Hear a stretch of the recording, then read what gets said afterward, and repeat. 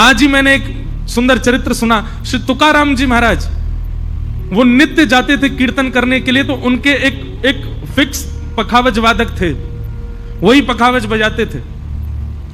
लेकिन आज पुणे के पास में कहीं पर कीर्तन होना था और पखावज वादक जो था उसको बुखार आ गया, तो तुकाराम जी महाराज बोले थोड़ी देर प्रतीक्षा करते हैं, आ जाए तो अच्छा, नहीं तो फिर देखेंगे, किसी और को बैठा लेंगे।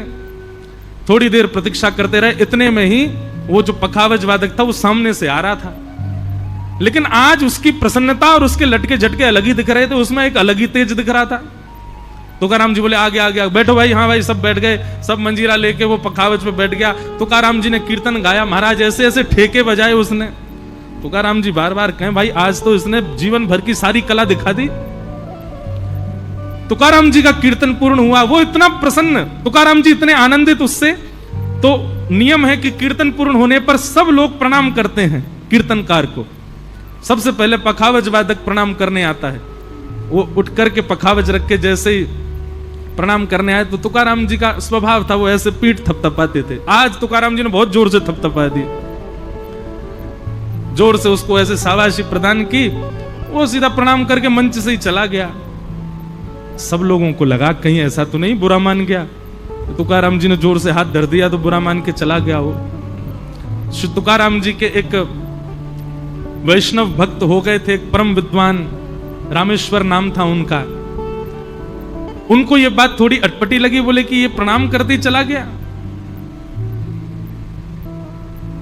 तुरंत उसको ढूंढने लगे, कहीं मिला नहीं। बोले भाई बहुत बुरा मान गया, इसके घर जाके मना के लाओ। तो रामेश्वर जी उसके घर गए, पत्नी ने गेट खोला तो बोले कहां है तुम्हारा पति, ऐसे कीर्तन से उठ के आ गया बुरा मान के।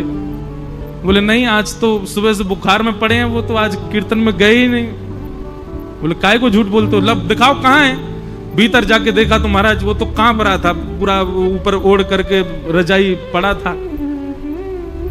जाके बोला ये नाटक करता है, इतना बुरा मानता है बात का। अरे तुकाराम जी तुझसे इतना प्रेम करते, रोज तेरे को आशीर्वाद देते, आज इतना बुरा मान गया तू। वो बेचारा रजाई उठाई उसने तो उसके तो पूरा मुंह लाल पड़ रहा था, पसीना आ रहे थे, वो तो भयंकर ज्वर में था। उसने कहा नहीं भगवान, मैं तो आज आया ही नहीं हूं, मेरी तो स्थिति आप देखो, चल फिर भी नहीं पा रहा, खड़ा हुआ तो गिरने लगा। रामेश्वर जी बोले तुम कीर्तन में नहीं आए थे? बोले नहीं, आज तो मैं आया ही नहीं हूं भगवान, मैं ऐसे झूठ नहीं बोल रहा हूं, मैं सच में नहीं आया था आज। तुरंत उसको अपनी गोद में उठाया, लेकर के तुकाराम जी के पास गए। सब आश्चर्यचकित, बोले ये तो अभी पखावज बजा के गया, ये इसकी हालत क्या हो गई? बोले हालत इसकी अभी नहीं, ये सुबह से ऐसी अवस्था में घर पर है। बोले तो फिर पखावज कौन बजा के गया? तुकाराम जी के नेत्र सजल हो गए। बोले आज मेरे पंडरीनाथ आए थे पखावज बजाने। और मन में थोड़ा सा क्षोभ होने लगा, क्यों? 4 पीढ़ियों से मेरे पूर्वज सब कीर्तन करके श्री ठाकुर जी को प्रणाम करते हैं, पर आज मेरे कीर्तन में ठाकुर जी मुझको प्रणाम करने और मैं ऐसे थपथपी दे रहा था उनको। नेत्र सजल हो गए। ठाकुर जी कितने अधीन है अपने भक्तों के। तुकाराम जी महाराज कीर्तन में पखावज बजाई ठाकुर जी ने, नामदेव जी के कीर्तन में नृत्य किया ठाकुर जी ने, श्री पंडरीनाथ भगवान ने। श्री त्रिलोचन दास जी के यहां पर सेवक बनकर के कितने वर्षों तक सेवा की त्रिलोचन जी की। अरे केवल रोटी सब्जी नहीं बनाते थे, हाथ पांव भी दबाते थे त्रिलोचन जी के। बस ठाकुर जी ने शर्त रखी थी, कभी भी ये मत कह देना बहुत पेटू है, बहुत खाता है, जिस दिन कहोगे उसी दिन चला जाऊंगा छोड़ छाड़ के। अच्छा, भगवान का नियम, बड़ी अच्छी कथा है त्रिलोचन जी की, कल विस्तार से सुनाऊंगा। तो ठाकुर जी तो अधीन हैं सबके। गोपियां सब दौड़ी, अपने यथावत कार्य को वहीं छोड़ करके दौड़ी भगवान से मिलने। भगवान कदम्ब वृक्ष के नीचे बैठे वंशी बजा रहे हैं, तभी समस्त गोपियां सामने आकर के खड़ी हो गई। सबके वस्त्र अस्त व्यस्त हैं, श्रृंगार अस्त व्यस्त है, कोई भी सज समर के नहीं खड़ी है। ठाकुर जी ने नेत्र खोल करके गोपियों को देखा। स्वागतम वो महाभाग प्रियम किम करवाणि वा ब्रजस्यानामयं कश्चित् ब्रूता गमन कारणम्। आइए आइए आइए, स्वागतम स्वागतम। आप सबके आने का कारण बताओ। गोपियां तो इतनी उदास हो गई हैं, पहले तो हमको बुला लिया, अब हमसे कह रहे हैं आने का कारण बताओ।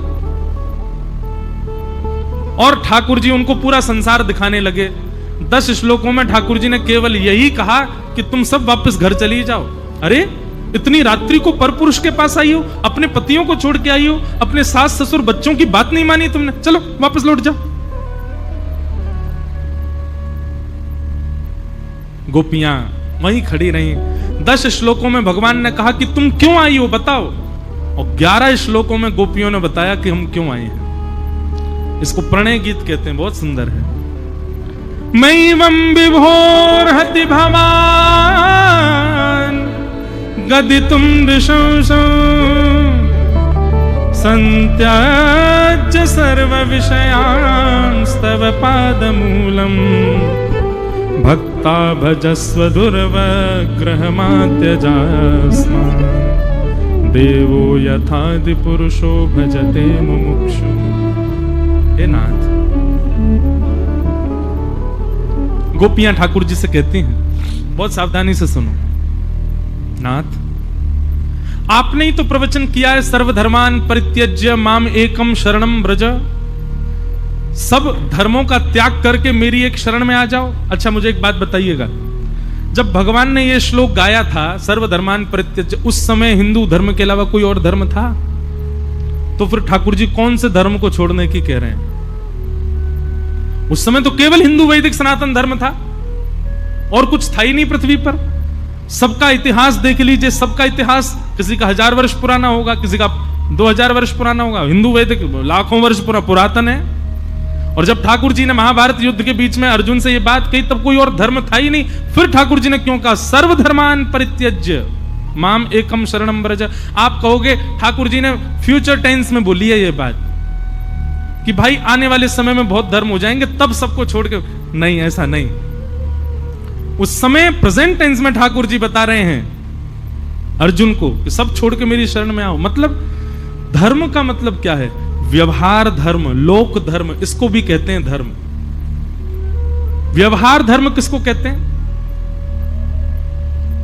ये जो संसार में हम लोग नाटक करते हैं ना, हाँ आइए बुआ जी, आओ आओ आओ बैठो। अरे चाचा आप तो बड़े अच्छे हो, ओहो आपका तो बहुत अच्छा हुआ। ये नाटक जो हम करते हैं ना, इसको व्यवहार धर्म कहते हैं। और लोक धर्म क्या है? वो बुरा ना मान जाए उसको रिझाते चलो, अरे उसको ऐसा ना लग जाए उसको मनाते चलो, उसको भी देखना है, इसको भी देखना है, सबको देखना है, किसी को कोई कमी ना रह जाए, इसका भी एक। अब मेरी मति में जितना आ रहा है मैं उतना बता रहा हूं, पर ये सब जो व्यवहार हम करते रहते हैं नाटकबाजी, इसी को लोक धर्म और व्यवहार धर्म कहते हैं। एक प्रकार से कह दिया जाए तो लोक धर्म का मतलब सबका निर्वहन करना भी लोक धर्म होता है। इन सब का त्याग करके मेरे समूह आ जाओ, ये भगवान कह रहे हैं। गोपियां वही बात भगवान से कहती हैं, आप ही कहते हो सब छोड़ के आ जाओ। जब हम सब छोड़ के आ गए तो कह रहे हो क्यों आए? आप ही मां हो, आप ही पिता हो, आप ही पति हो, आप ही बंधु हो, आप ही पुत्र हो, आप ही सखा हो, आप ही मित्र हो, आप ही हमारे सर्वस्व, हम जाएं कहां फिर? और जब आ गई हैं आपके शरण में तो आप कह रही हो कि वापस चले जाओ। 2 शब्द हैं, रस और रास। कौन कौन से? रस और रास। रस और रास की परिभाषा ऐसी है, आप पंढरपुर आओ, आप पंढरीनाथ का दर्शन करो, आप पंढरीनाथ का भोग लगाओ, आप पंढरीनाथ का श्रृंगार करो, आप विठ्ठल भगवान के लिए कुछ करो, ये सब रस कहलाएगा। लेकिन पंढरीनाथ आपके पास आ जाएं, पंढरीनाथ आपसे मिलें, पंढरीनाथ आपको खिलावें, पंढरीनाथ आपको पहनावें, पंढरीनाथ आपके लिए करें, ये रास कहलाता है। समझ में आया? भक्त भगवान के लिए योजना बनाए उसको रस कहते हैं, पर भगवान भक्त के लिए योजना बनाए उसी को रास कहते हैं। हमारा भजन किस गति पर चल रहा है? अभी हम रस में हैं, हमको रास में जाना है। हम इसलिए अभी तीर्थ में घूम रहे हैं ठाकुर जी, अभी हमारी इंद्रियों में सामर्थ है, हम पंढरपुर भी आएंगे, हम जगन्नाथपुरी भी जाएंगे, बद्रीनाथ भी जाएंगे, वृंदावन भी जाएंगे, जहां जहां बैठे हो सब जगह जाएंगे। पर इन सब के बदले हमको क्या चाहिए? इन सब के बदले आपको एक दिन हमारे पास आना पड़ेगा। आप आओ। ये अभी हम रस कर रहे हैं, हमको रास करना है। बंधुओं, हम जितने भी नाम भक्तों के मंच से लेते हैं, इन सब ने रस से प्रारंभ किया, पर इन सब के साथ रास हुआ। तुकाराम जी के लिए ठाकुर जी गए, जनाबाई के लिए ठाकुर जी गए। अरे एक और सुंदर श्री नामदेव जी महाराज का चरित्र आता है कि नामदेव जी की मैया सुबह सुबह उठा रही उनको 4 बजे।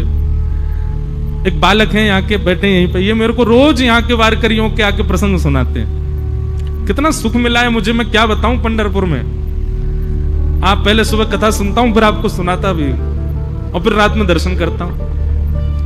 तो नामदेव जी की माता जी रोज सुबह उठाती है उनको 4 बजे, ए नामा उठ जा, चल नहा ले।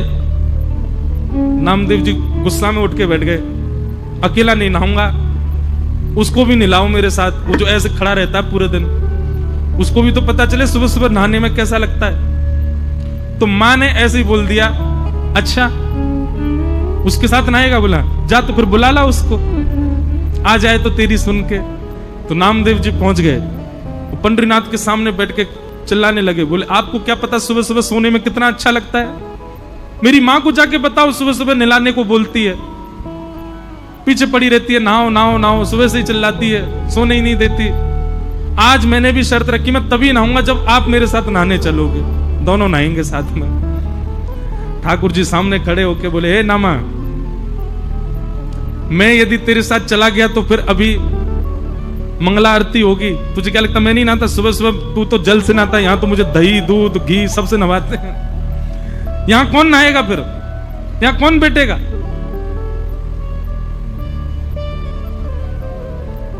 नामदेव जी बोले, मुझे नहीं पता, मेरी मां को समझा के आओ, उसको बोल के आओ सुबह सुबह नहीं नहलाया करे मुझे।